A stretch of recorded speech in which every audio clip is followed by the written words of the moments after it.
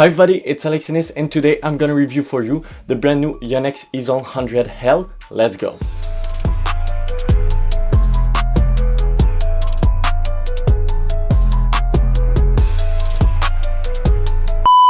So today I took out this racket of Yonex Ezone to find out if this racket is made for you or not. And so in order to find out, I'm gonna go on the court and then finally I'm gonna give my rating. So what is new with that brand new Yonex Ezone 8th generation? So basically Yonex have heard a lot of complaint with the 7th generation.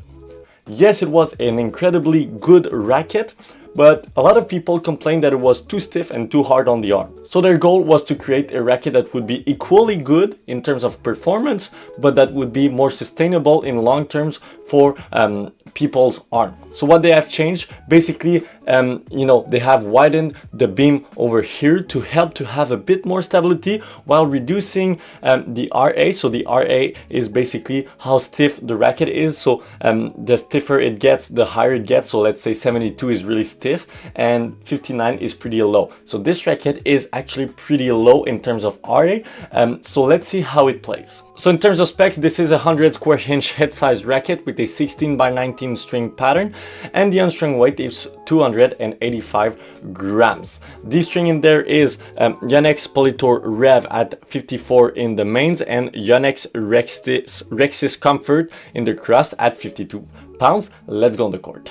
If you're looking to buy some tennis products online, then I have a great news for you. You can use the code ALEXTENNIS to have 10% off your next purchase on Yonex Ezone. Thanks to them for making this video possible, and let's go back.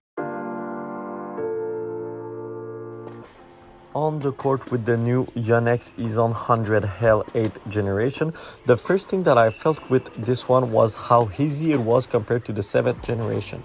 So it just feels like it's a lot easier due to, first, you have a more hollow feeling, so more comfortable feeling too.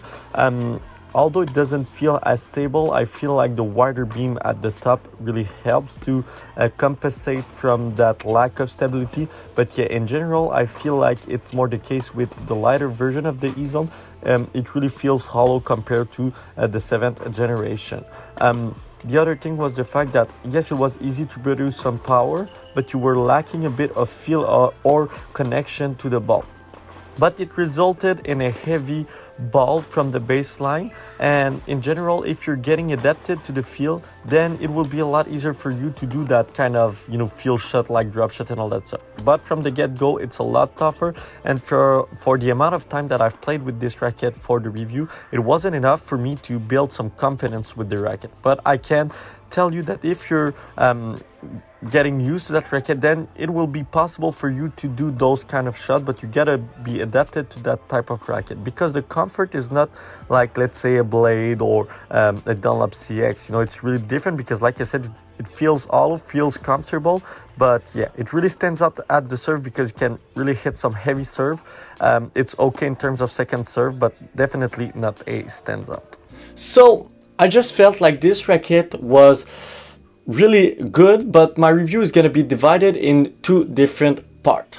The first one is going to be to someone who's really wanted to find a racket that would be comfortable and fun to play with, and the other one is someone who's coming from the 7th generation that want to buy this 8th one. So I'm gonna go with the rating and I'm gonna go through what I felt with this racket. So first, let's start with control. Obviously, the Ezone is not meant really to be control oriented, and that's not the case with this one. Although I felt like with, let's say, the regular 100 and the 98, that the racket felt like it had a bit of control. This one does not really have some, especially because you feel like this racket, especially this 8th generation, is a lot more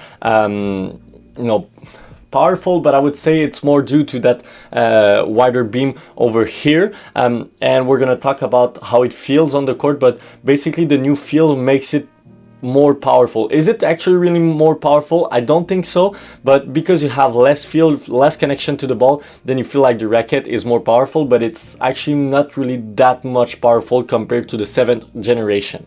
So I'll have to go with a a pretty low 5 out of 10. So if you're coming from the 7th generation and you want to buy the 8th generation, you're not gonna feel a lot of difference in terms of power, maybe a bit more powerful and a bit more easy to play with, but not much of a difference.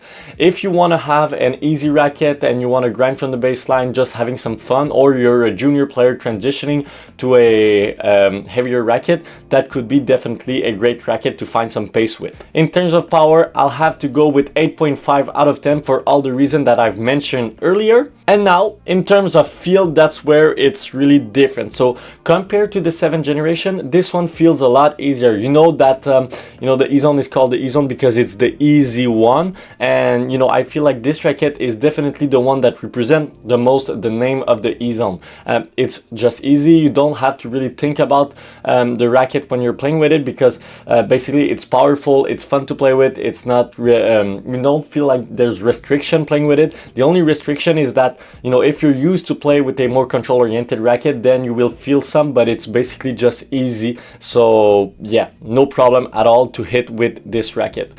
In terms of feel, yeah, it's cool, but I feel like it's too dampened. So when I've tested this racket, I had already tried the regular 100 one, so I knew what to expect, but basically I test this racket with no dampener, because usually I put some dampener, but this one is so muted that when I have a dampener, I don't feel the ball at all. So in terms of feel, it's definitely not a great racket. So if you're coming from the 7th generation, you're gonna lose a lot of feel. You're feeling less connected to the ball, but at the same time, if you just want to have an easy racket, like I said earlier, then this racket is perfect because you will have no issue at all. In terms of spin, that's definitely not a standout, but it's actually not that bad. If you want to have some spin, I highly recommend to try the 100L from the V-Core line and not the Ezone line. Definitely more connected, but I would say that this racket is not actually bad. You can actually put a spin-oriented string that would help a lot, like this one with the Polito Rev. So yeah, you're not gonna have a spin monster, but at the same time, it's not as bad as, let's say, a Percep 97. It's definitely more easy to create some spin due to the 100 square inch head size and the 16x19 string pattern, but yeah, definitely not a standout. So that's it for the video. Hope y'all like it. Again, thanks to Tenezone for letting me borrow this racket. Without them, it would not have been possible. Don't forget to like, comment, and to subscribe, and see you next time. Bye bye.